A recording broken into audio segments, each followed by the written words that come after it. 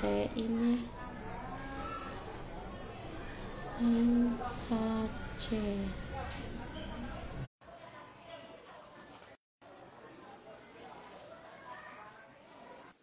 Ya, oke.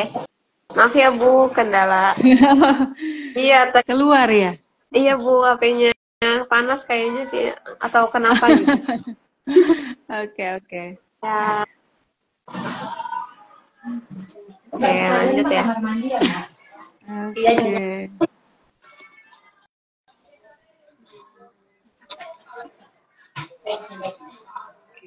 Oh iya, nih kita kalau bahas anak ADHD ya biasanya itu dikaitkannya sama si anak ini nih nakal. Ya, mungkin Mbak Putri sering denger ya, anak Ya, nakal banget gitu. tapi Nakal kalau karena udah, nggak mau diem. ya benar. Kalau udah dewasa tetap nakal gitu nggak sih Bu, anak ADHD tuh? Nah, kalau yang namanya gangguan ADHD ini tidak diterapi, ya, dia juga akan mengalami kesulitan nih di masa-masa perkembangannya gitu ya. Kan dia bertumbuh terus tuh ya usianya gitu. Dia makin naik jenjang sekolahnya gitu ya. Bisa sampai dewasa juga gitu ya anak-anak kalau ADHD ini tidak mendapat intervensi gitu atau penanganan yang tepat tuh ya. Makanya jadi kasihan juga nih saya baru-baru ini dapat kasus ya. Jadi seorang ibu datang pengen konsultasi nih gitu ya. Dia ngerasa sangat banyak beban gitu ya, emosional gampang marah gitu. Karena salah satu anaknya ya, anak pertamanya itu anak ADHD gitu. Jadi si anak ini nih dapat penolakan di sekolah ya, di lingkungan rumah juga di lingkungan rumah udah di label dicap anak nakal gitu ya. Di sekolah dia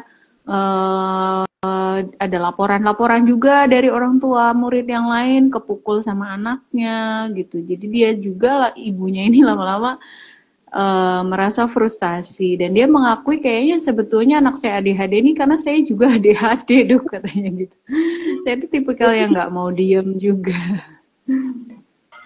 Berarti itu bisa menurun ke anak tau Bu, kalau ADHD itu? Ya, nah memang penyebab ADHD itu kan memang multifaktor. Ya, tidak ada satu faktor saja yang dikatakan sebagai penyebab gitu. Misalkan hanya karena makanan, nih misalkan makanan-makanan manis, makanan-makanan yang ultra proses gitu ya. Tidak hanya satu faktor ya, dikaitkan juga dengan genetik ya.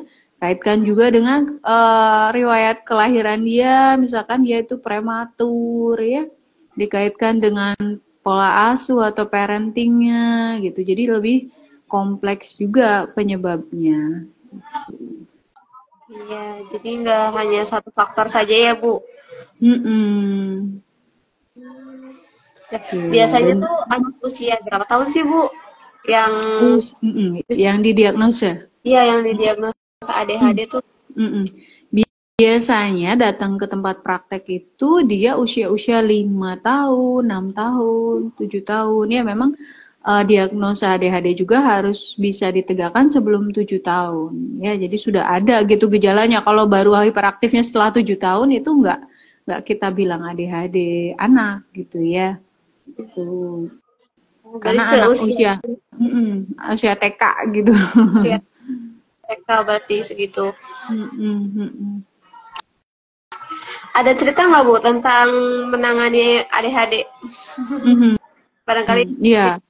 pengalaman Ibu gitu dalam menangani anak-anak ADHD sampai mereka benar-benar bisa sembuh gitu, bisa jadi normal kembali, atau nggak dikatakan ADHD lagi Bu. Ya, perjalanan untuk dikatakan pulih ya atau sembuh itu terkadang butuh long life gitu ya, yang bisa sepanjang hidup tuh. Jadi kita nggak bisa mentarget gitu si anak ADHD itu nggak hiperaktif dalam waktu setahun 2 tahun itu nggak mungkin ya, karena kan dasarnya adalah perkembangan otaknya dia yang berbeda dari anak-anak normal gitu ya. Jadi kita biasanya menangani anak-anak itu ada perbaikan gejala aja itu kita udah seneng banget ya, karena dia udah jadi lebih menangkap pelajaran ya, dia udah ada kemampuan atau skill baru gitu, misalkan jadi bisa nulis, bisa baca gitu ya, tapi belum benar-benar hilang gitu semua gejala hiperaktifnya gitu, hanya kadarnya itu sudah bisa dikurangi ya. Biasanya kita bantu dengan obat-obat stimulan ya, mungkin pernah dengar metilfenidat ya. Jadi anak-anak itu kita sarankan kalau ADHD-nya memang sangat harus diatasi ya, sulit misalkan dengan terapi perilaku atau dengan psikolog aja nggak cukup ya, kita mau tidak mau itu pakai obat ya. Bisa juga ada sekarang itu intervensi terbaru yang namanya neurofeedback ya. Neurofeedback itu terapi ya, atau latihan untuk fungsi gelombang otaknya dia biar lebih baik lagi ya, karena untuk orang bisa atensi itu memerlukan gelombang otaknya yang lebih banyak gelombang beta ya, sementara anak ADHD itu biasanya gelombang tetanya gitu yang terlalu banyak melebihi gelombang beta, jadi dia hidupnya di dalam imajinasi terus gitu. Gelombang teta itu gelombang untuk imajinasi. Kalau kita latih dengan neurofeedback itu jadi lebih seimbang antara gelombang teta dan betanya, akhirnya dia bisa lebih fokus gitu. Berarti waktu penyembuhannya itu lama ya Bu, nggak sebentar? Iya, betul ya. Jadi kita sebisa mungkin ya untuk meningkatkan adaptasinya dia gitu. Ketika tuntutannya misalkan dia bisa duduk lebih lama gitu di kelas ya, minimalnya setengah jam, dia fokusnya nggak kemana-mana dulu gitu ya.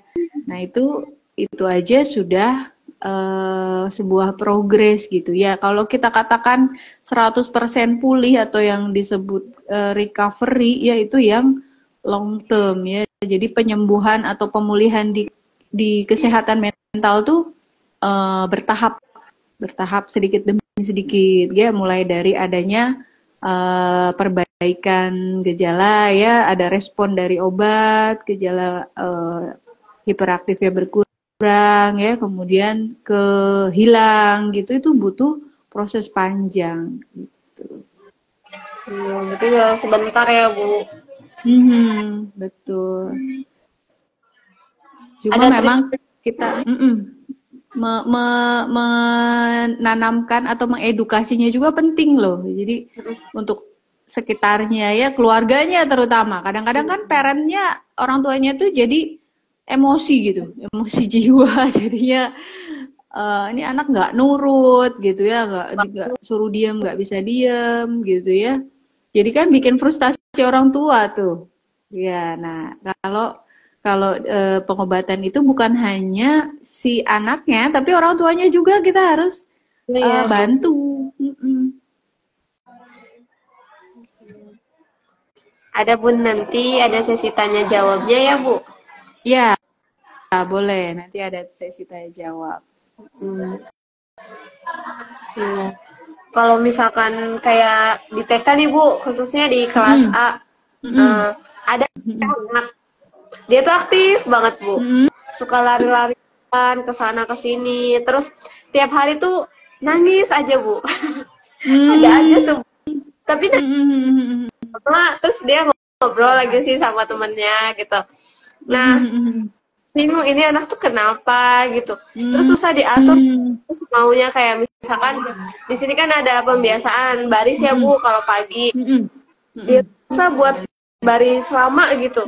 Jadi Hmm. lari-lari kalau pergi ke sana ke sini. Terus Hmm. kalau menurut orang tuanya ya kan saya juga udah ngobrol sama orang tuanya.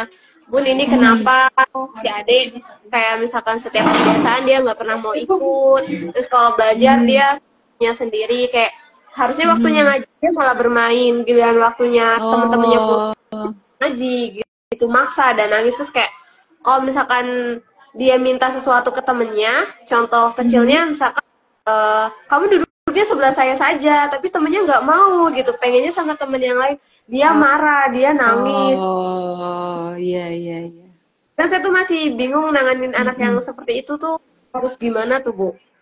Iya, Tapi iya. Iya. dia juga Mm-mm. kadang Umurnya kalau berarti misalkan masih TKA ya? 5, masih 5 tahun. Kalau dia Mm-mm. kan suka ngebully temennya ya, tapi kalau dibully balik Mm. dia nangis. Terus Nggak dia mau. kadang suka dia suka di pojokan, nyumput aja tuh Bu, ngumpet. Nah, saya juga kan kadang Oh. ih, kenapa anak suka dideketin kan takutnya dia trauma padahal kayak sebenarnya dianya sendiri yang berulah gitu, temennya Mm. ngebales dianya malah Mm. kayak gitu Bu. Itu tuh kenapa ya bener, itu tuh Mm. tiap hari Bu yang saya perhatikan hampir 1 bulan loh ya. Oh. Iya, itu kenapa nggak kayak yang Iya, lainnya gitu. betul, Jadi betul. butuh kesadaran ekstra juga Ya pasti ya Bu menurut Ibu. Guru jadi Kenapa ikut pandangan ikut pusing ya. bener tiap hari tuh pengen Mm. nggak marah-marah ya. Iya ya. Jadi kadang ya eh, masalah anak tuh ada yang namanya masalah-masalah perilaku ya. Jadi kalau kalau secara garis besar nih di ilmu kesehatan mental tuh untuk anak tuh ada dua masalah perilaku internalisasi dan eksternalisasi ya. Kalau internalisasi tuh lebih ke anak yang pemalu, pendiam, cemas gitu ya atau suka murung. Nah, itu internalisasi ya. Ada yang eksternalisasi. Jadi masalah anak-anak yang perilakunya itu mengganggu gitu ya. Bisa juga bisa bentuk hiperaktif, bisa bentuk eh, menentang gitu ya, bisa bentuk eh ya jahil gitu ya. Nah, ini tadi kelihatannya sih yang Mbak Putri cerita ya, mungkin anaknya lebih ke gangguan perilaku menentang ya. Ada yang namanya oppositional deviant disorder. Jadi uh, anak itu kalau disuruh A, dia ngerjain kebalikannya gitu ya. Jadi disuruhnya baris malah lari-lari gitu ya. Nah, kadang-kadang anak ADHD juga bisa komorbid atau timbul bersamaan dengan gangguan perilaku menentang ini gitu. Jadi istilahnya anaknya tuh keras kepala. Nah, mungkin ini sih mungkin ya ada masalah-masalah yang terjadi di dalam rumah dia juga ya gitu. Misalkan namanya rumah tangga gitu ya, orang tuanya mungkin ada konflik ya, pertengkaran antara ayah dan ibu gitu ya, atau misalkan kurang dapat perhatian gitu, itu memicu juga timbul perilaku yang tidak seperti wajarnya di sekolah gitu. Jadi kita mesti tahu juga ini basic dasar atau latar belakang dia perilakunya seperti itu, apakah sebetulnya di rumah kurang mendapatkan perhatian atau kurang diajarkan untuk berbagi atau bersosial yang baik gitu. Jadi di sekolah juga dia tampaknya social skill-nya jadinya buruk gitu. Kayaknya sih udah harus ke psikolog ya. Soalnya dia tuh paling takut ke bundanya. Oh. Jadi kalau misalkan, saya bilang ayo kalau misalkan nggak baris nanti dede bilang ini sama bunda Oh gitu, tak telepon bundanya, gitu. dia takut, tapi takutnya tuh kayak sebentar Hmm, lagi gitu. nah Pernah betul nggak nih. dibaris tuh. Mm-mm. Jadi Mbak Putri, perilaku anak itu sebetulnya reaksi dari apa yang dia dapat dari orang tua ya atau lingkungan gitu. Misal ibunya eh terlalu galak gitu ya, terlalu misalkan kalau harus ini harus gitu. Jadi sebetulnya anak pun akan meniru sikap seperti itu. Dia juga jadi kekeh gitu. Kalau kalau A ya A kaku gitu ya. Jadi kita perlu komunikasi juga seperti apa nih parenting atau eh, pola asuhnya dari ibu dan ayahnya gitu. Karena sangat sangat pasti berkaitan ya. Jadi anak sih sebetulnya output gitu, apa hasil ya. Di balik itu yang ada masalah adalah lingkungan. Intinya mungkin lingkungan orang tua atau lingkungan rumah gitu ya. Dia misalkan ada pengaruh juga dari saudara kandungnya atau ada juga di situ sepupu kah atau dari media di handphone gitu ya. Jadi kita mesti gali lebih banyak pengaruh-pengaruh apa yang nyantol atau yang dia dapatkan dari sekitarnya itu.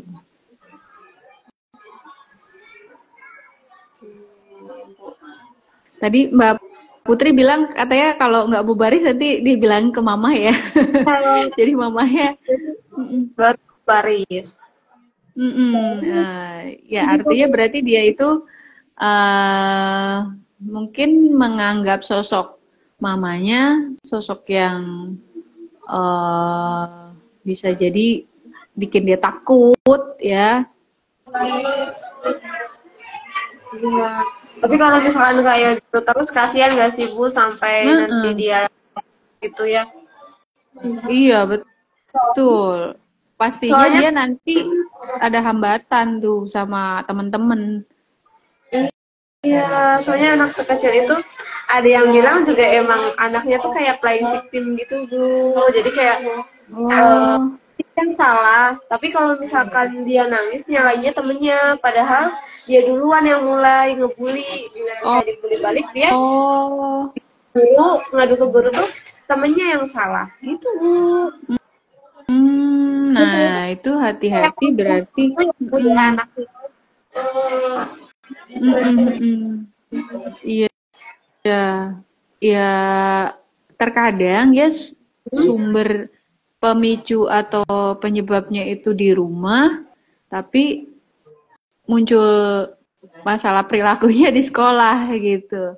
Ya, kenapa Iya. anak itu jadinya apa playing victim kayak tadi Mbak Putri bilang ya, mungkin tanpa sadar ya anak tuh menyerap menyerap apa hal yang dia lihat keseharian, mungkin kejadian-kejadian di rumah gitu ya. eh ya lebih baik disarankan untuk dibawa ke psikolog ya. Khawatir kalau tidak diintervensi orang tuanya nggak sadar nih bahwa selama ini tuh kayaknya merasa benar-benar aja mendidik atau mengasuh anak, ternyata apa ada masalah-masalah perilaku jadi di anaknya. Itu harus segera ditangani ya, harus diubah gitu. Berarti itu mah bukan aktif lagi ya Bu, tapi kayak udah mendekati ke gejala ADHD-nya ya Bu. Iya, bisa jadi ADHD, bisa jadi ODD ya, Oppositional Deviant Disorder gitu. Jadi yang udah banyak menentangnya, banyak apa masalah sosial sama teman-temannya.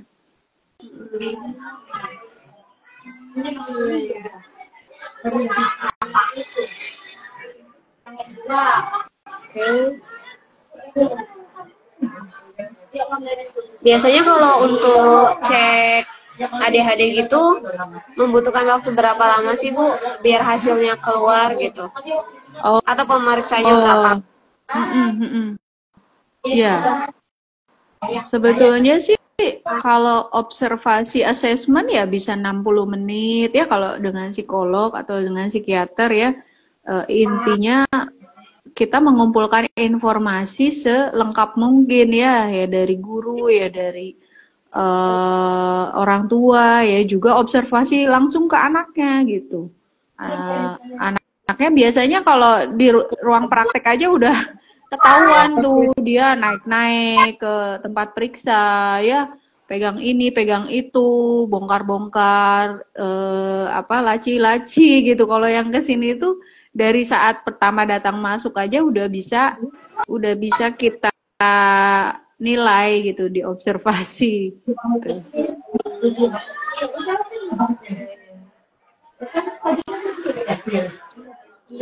Terkadang anak ADHD itu menyertai juga gangguan yang lain nih, misalkan dia anak autis gitu ya. Waktu bulan lalu kita bahas autisme itu bisa juga komorbid atau timbul bersamaan dengan ADHD.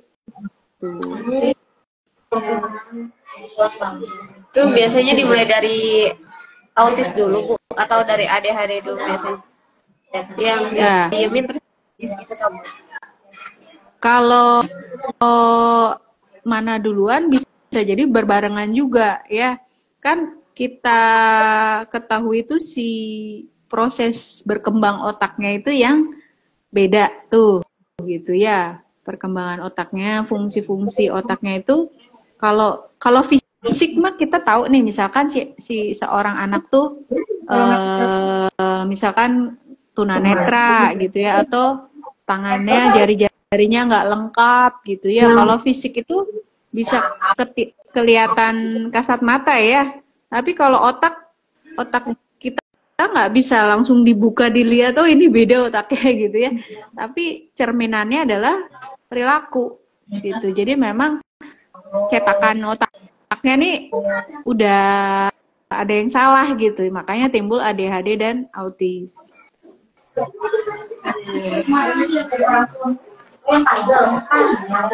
Soalnya kebetulan saya juga pernah tuh Bu dulu ya ngadepin anak yang ADHD ya kayaknya. Jadi dia tuh lebih ke dunianya sendiri. Itu tuh faktornya karena orang tuanya yang sama-sama sibuk tuh Bu karir. Ketawanya pas udah. Jadi itu kasihan ke anaknya juga ya Bu kalau kayak gitu. Tapi kalau misalkan kayak udah seusia anak SMA itu masih bisa diobatin nggak sih ADHD tuh Bu? Atau autis gitu? Jadi terapi atau intervensi buat anak ADHD maupun itu autis ya, kita menuju targetnya itu bukan mengubah gitu ya, bukan otaknya jadi berubah normal gitu, bukan gitu ya. Jadi otaknya tuh tetap aja otak yang ada perbedaan fungsi gitu ya. Tapi kita bantunya, kita dukungnya itu dia agar adaptasi gitu. Misalkan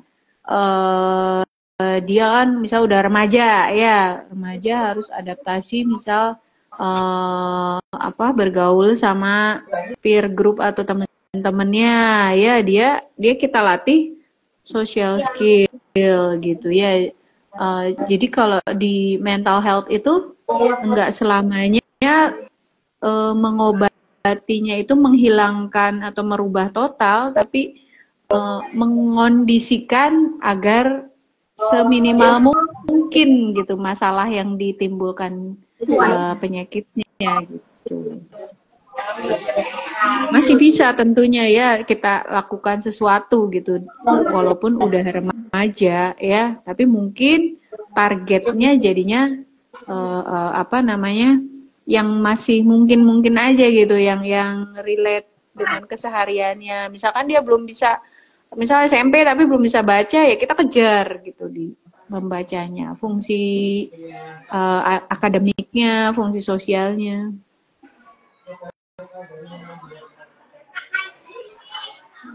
Terkadang nggak ada yang kita loloskan langsung. Oh ya, kamu sudah bebas dari autis, bebas dari ADHD, nggak ada.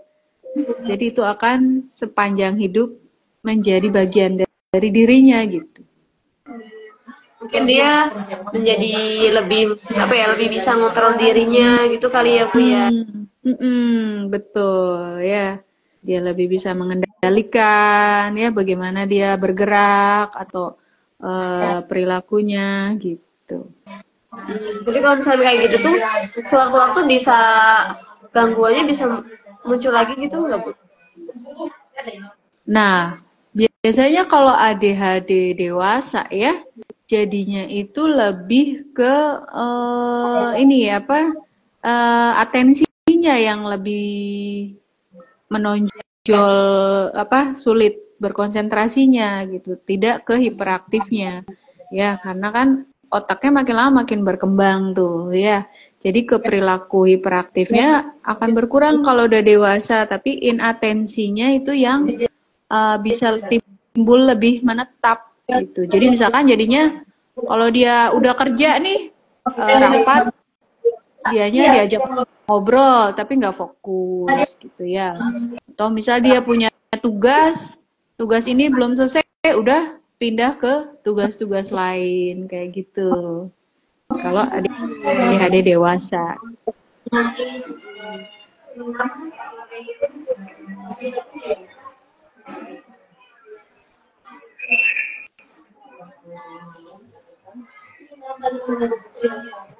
Apa sudah ada pertanyaan belum nih? Belum, boleh tak Bu? Sudah bisa boleh. Iya. Ya. Baik, terima kasih Ibu atas penyampaian materinya yang cukup seru. Oke, boleh sambil mau nanya, boleh tulis aja di kolom komentar, nanti bisa langsung dijawab ya Bu ya. Ya, pasti akan dijawab langsung. Ya, barangkali bunda-bunda di sini yang sudah join, bunda atau ayah yang mau bertanya, boleh banget nih. Oh, katanya Ibu tuh kolom komentarnya minta diaktifin dulu, Bu Guru. Oh ya. Gimana sih Bu? Tapi di sini sih udah muncul. Udah muncul. Oh, iya. Muncul. Oh iya. Bacakan aja tak kalau belum. Nah, muncul kok. Ada nih ya.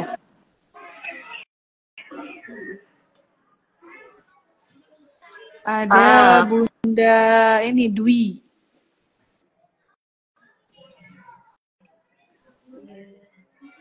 Ada pertanyaan nih.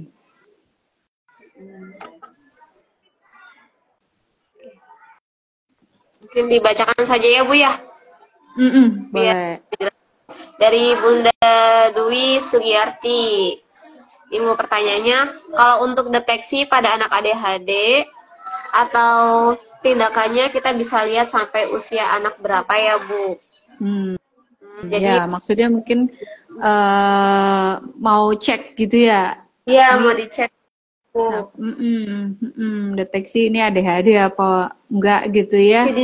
Kita lihat sampai usia anak berapa ya. Biasanya kalau sampai 7 tahun tidak ada gejala-gejala yang mengarah ke ADHD, ya berarti dia udah nggak ada indikasi apapun gitu ya. Kalau di bawah 7 tahun ada gejala-gejala hiperaktif, ya kita observasi tuh, kita pantau ya. Tapi bisa lama-lama membaik atau kadar hiperaktifnya bisa berkurang kalau dapat terapi atau intervensi. Kalau seandainya nih Bu, anak usia 5-6 tahun tuh aktif banget, hiperaktif bisa dikatakan. Kemudian pas usia 7 tahunnya sudah tidak hiperaktif lagi, berarti nggak perlu dideteksi lanjut ya Bu ya? Ya, nggak perlu. Ya, jadi intinya kita kembali juga ke poin fungsi dia, fungsi sosial, ada akademik gitu ya.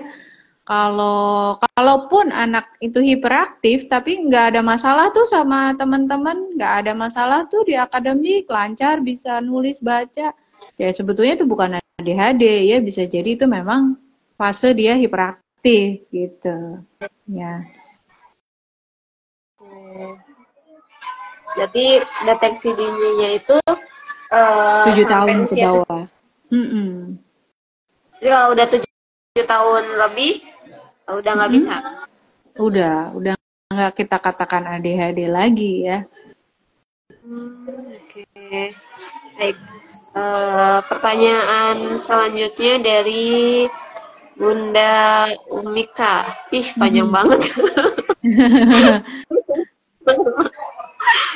Oke. Nah, pertanyaannya. Oke, ini kayaknya curhat sih, Bu. Boleh.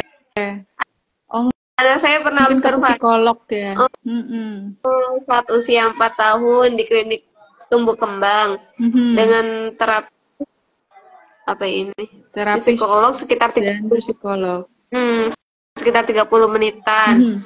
Hanya dengan 30 menit dan menurut apa ini?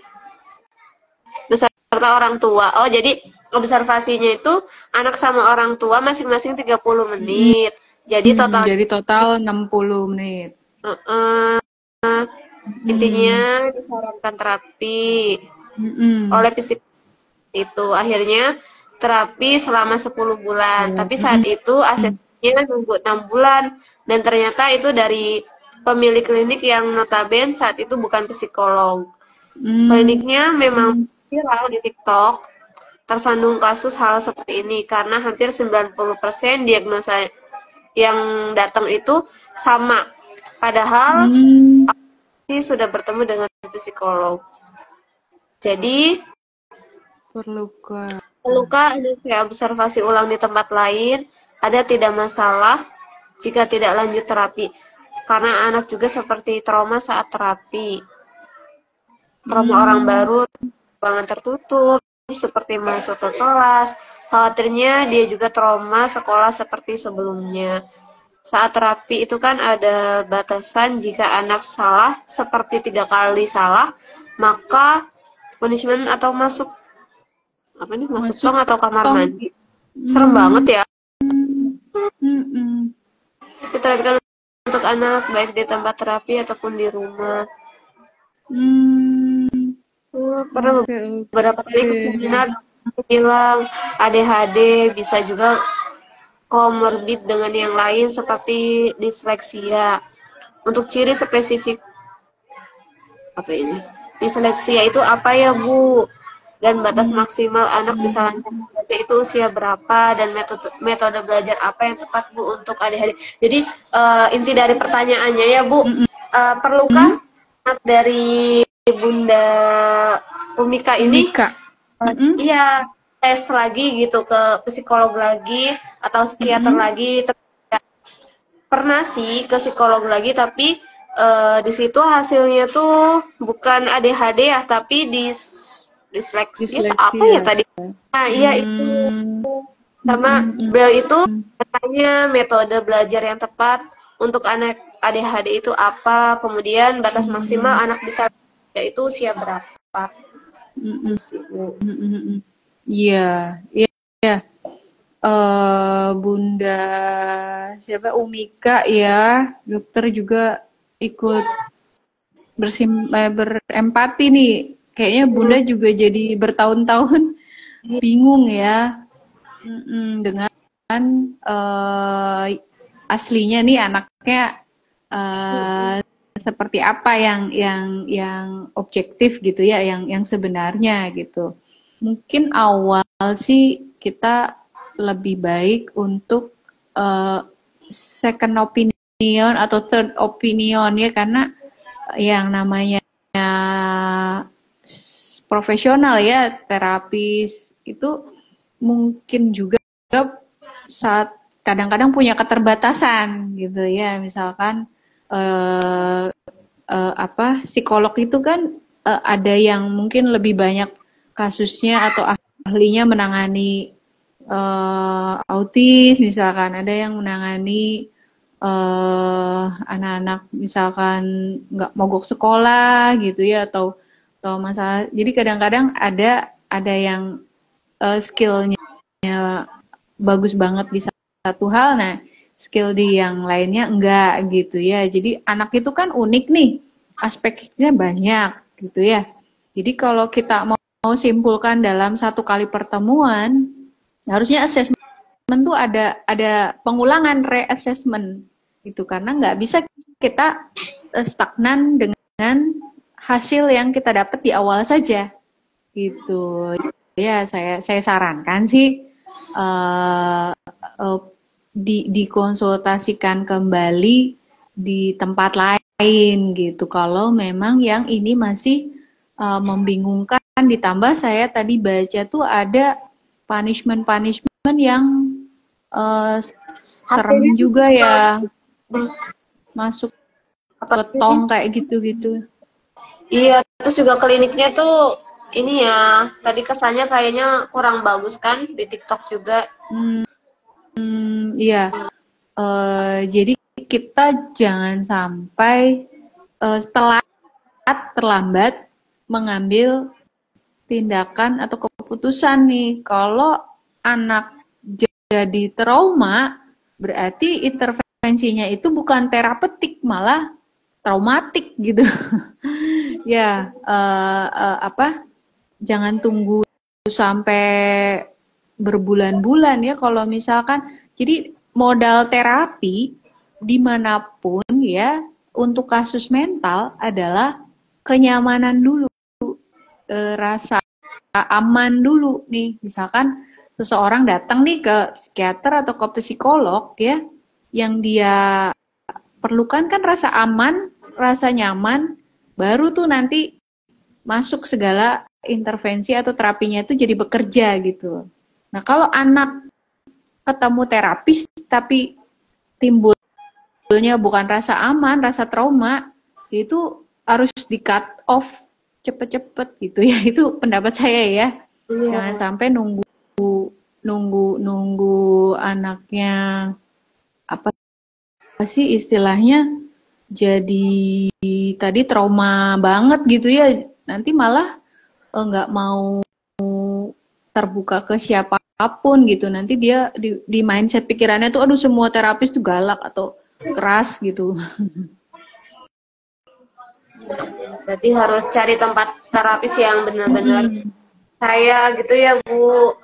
Terus juga harus cari tahu kira-kira terapisnya tuh siapa, backgroundnya tuh seperti apa gitu. Apakah dia benar-benar spesial untuk menangani anak-anak, kasus anak-anak, ataukah kan terus kasusnya ADHD bukan, atau yang lain gitu ya Bu ya. Iya, karena memang ya itu dibutuhkan benar-benar keahlian khusus gitu. Ya, jangan sampai kita salah mempercayakan anak ke orang yang tidak ahli sekali di bidangnya. Berarti idealnya untuk terapi dan hasil terapi itu keluarnya berapa lama ya Bu? Soalnya tadi kan dari pertanyaan itu sampai 6 bulan ya, 3 sampai 6 bulan nunggunya tuh. Harusnya sih hanya untuk report assessment ya 3 hari ya paling lama. Report assessment awal tuh harus disampaikan gitu. 3 hari ya. Ya mungkin kalau yang 6 bulan itu kalau misalkan udah dilakukan intervensi yang untuk memantau hasil jangka panjang gitu ya. Misalkan mau lihat dulu nih selama 6 bulan hasil dari intervensinya apa. Gak apa-apa 6 bulan, tapi kan tadi untuk hasil assessment nih ya, kalau nggak salah sih saya tangkap harusnya cepet. Oke. Terus kemudian gimana sih Bu cara ngajak anak ke terapi lagi gitu? Soalnya kan tadi saya baca ya udah trauma gitu Bu. Buat ngebuktinya dibawa ke tempat terapinya atau ke manggil psikiater atau psikolog ke rumah gitu Bu, yang lebih efektif yang mana ya Bu? Oke, ya ada yang namanya pertemuan konsultasi itu dilakukan di luar klinik gitu. Jadi contoh ya, psikolog yang di tempat saya ini bisa untuk diminta janjian misalkan di kafe atau di tempat-tempat yang anak tuh nggak curiga gitu kok. Ya mungkin dibawa ke mall gitu. Saya pun pernah saya ketemuan sama klien saya pura-puranya berkenalan seperti teman ibunya gitu. Jadi nggak dibawa ke tempat praktek karena anaknya kan udah mikirnya akan menyeramkan gitu ya. Jadi nggak apa-apa, carilah yang bisa melayani atau punya layanan konsultasi di luar setting klinik. Oke. Kemudian tadi ada pertanyaan yang belum terjawab sepertinya Bu, tentang metode belajar apa yang tepat Bu untuk anak ADHD Yeah. sampai maksimal anak bisa lancar membaca terus ya. Iya, sebetulnya kalau batas maksimal ya, kalau kita pakai standar di Indonesia itu ya anak 7 tahun harusnya sudah gitu ya, 7 tahun lancar baca gitu. Tapi kembali lagi kalau mau misalkan orang tuanya punya prinsip sendiri, anak saya nggak mau terlalu dipush gitu ya, ya nggak apa-apa, baru kelas 3 SD baru bisa baca juga nggak apa-apa ya. Intinya kita itu tidak normatif ke ukuran-ukuran, oh ini checklist. Yang penting kan emosional anaknya bahagia dulu gitu ya, merasa aman. Lalu untuk skill itu bisa dikejar gitu. Biasanya anak mandek gitu ya, nggak mau sekolah, nggak mau belajar, itu karena emosionalnya yang belum beres gitu. Mungkin ada rasa cemas, mungkin ada rasa ketakutan akan sesuatu hal gitu. Itu yang kadang nggak mudah kita kenali gitu. Kita fokusnya sama yang kelihatan aja, kelihatannya oh kok dia nggak bisa baca, kok dia mogok sekolah. Nah, tapi kita harus lebih awareness dengan emosi apa sih yang dia punya gitu ya. Kita mungkin bunda-bunda sekarang udah familiar validasi emosi. Jadi anak itu perlu mendapatkan rasa dimengerti dulu, emosi dia takut atau emang nggak pengen gitu. Ya, jadi nggak ada batasnya ya Bu ya. Bukan nggak ada batasnya, tapi ya pendekatan menyesuaikan ke anak. Ya, oke. Mungkin ini nih Bu, ada pertanyaan terakhir ya Bu. Dan ini udah jam 3. Dari Bunda Intan. Ini Dok, ada titipan pertanyaan. Cucu saya 11 tahun belum bisa bicara. Telah ADHD, tapi di sekolah khusus ABK harus udah okupasi tapi masih tetap aja. Nah, iya. Oke, ya. Jadi anak 11 tahun belum bisa bicara atau terlambat bicara. Ya, biasanya kalau dia hanya ADHD itu nggak jarang sampai 11 tahun belum bisa baca ya. Paling ke 7 tahun, 8 tahun ya. Saya rasa ini perlu dikaji atau di-asesmen ulang apakah ada yang namanya disabilitas intelektual atau istilah dulu retardasi mental gitu ya. IQ-nya diukur belum nih? Siapa tahu ternyata IQ-nya yang di bawah rata-rata gitu. Jadi nggak bisa kita standarkan kemampuan-kemampuan yang terlalu rumit gitu. Jadi kalau ada anak disabilitas intelektual ya, kita nilai juga tingkat keparahannya apakah ringan, sedang, berat ya. Biasanya kalau ringan ya masih bisa kita harapkan membaca ya, dia bisa dididik, bisa dilatih. Tapi kalau sedang itu dia nggak bisa dididik, dia cuma bisa dilatih, jadi nggak bisa diajarin dididik baca ya, dia cuma bisa latih BAB ke tempat ke kamar mandi gitu ya, taruh sendal sepatu di tempatnya, cuci piring, nah itu bisa dilatih ya, itu yang disabilitas sedang ya. Yang berat ya nggak bisa dilatih dan nggak bisa dididik gitu. Kayaknya sih mesti asesmen ulang karena kan udah terapi okupasi, terapi bicara masih ada tantrumnya, kemungkinan ini memang kompleks gitu. Masalahnya ada gangguan yang lain. Ya. Oh ini katanya yang 11 tahun tuh speech delay Bu, belum bicara. Iya. Saran saya sih lebih ke gali lagi apakah ada keterbelakangan intelektual apa enggak.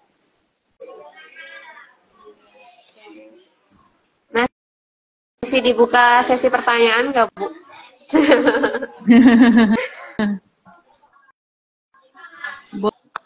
Boleh kalau ada, silahkan. 5 menit lagi mungkin ya. Boleh, bagi bunda-bunda yang masih ingin bertanya, boleh langsung tulis aja ya di kolom komentar. Satu penanya lagi ya Bu ya? Apa dua? Ya. Satu kayaknya. Ya. Ya, boleh. Barangkali ibu guru yang lagi join juga boleh yang mau nanya-nanya. Ya, biasanya masalah anak-anak sekarang tuh lebih banyak kompleks ya. Iya, lebih kompleks. Mungkin terus juga emang ada kasus-kasus kayak misalkan yang bullying itu juga kan perlu mendapat perhatian ya. Anak-anak sekarang tuh kayak yang di pondok gitu ya sampai meninggal gitu itu karena faktor kekerasan yang terjadi di dalam pondok gitu ya. Ngeri saya kalau denger sampai anak meninggal kayak gitu. Biasanya kayak gitu tuh berawal dari bercandaan yang ini ya Bu ya, maksudnya tuh yang sederhana terus kayak dibiasain jadi ya kayak gitu sampai berlebihan. Betul. Iya, ya dianggap sepele tapi sebetulnya punya potensi risiko bahaya.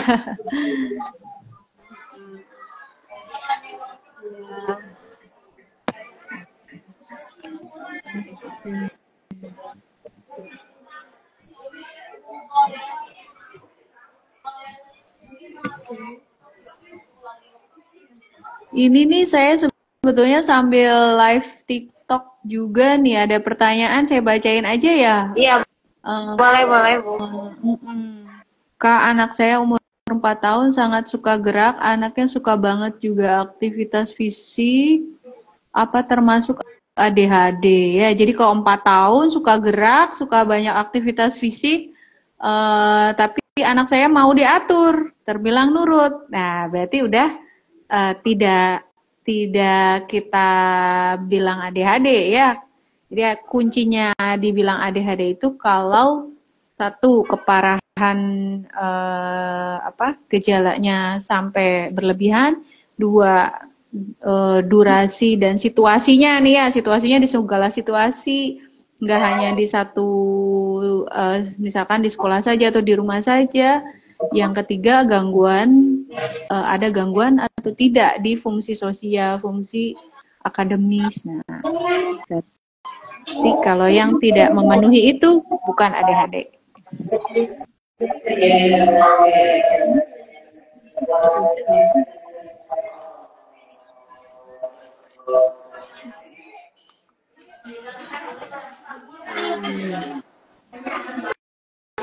Oh, banyak juga nih dari TikTok. Kuliah saya barusan join nih. TikToknya dokter mental health counselor.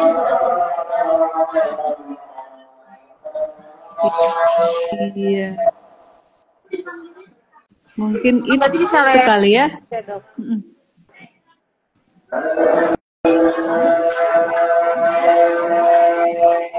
Gimana?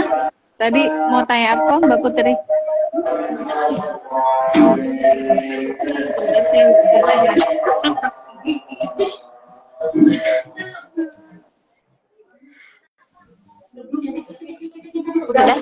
Udah ya, Bu, kayaknya nggak ada yang nanya lagi. Oke, next time ya kita Iya, terima kasih. sambung. Iya. Iya, siap. Ya, terima kasih banyak dok atas ilmunya hari ini. Kesimpulan dari podcast kita pada kali ini adalah apakah anak itu disebut ADHD atau hiperaktif? Kita yang bukan sebagai dokter itu tidak bisa menilai anak itu ADHD atau bukan. Kalau misalkan mau tahu anak itu ADHD atau bukan, bisa langsung dibawa ke psikolog. Ciri-cirinya nggak baca.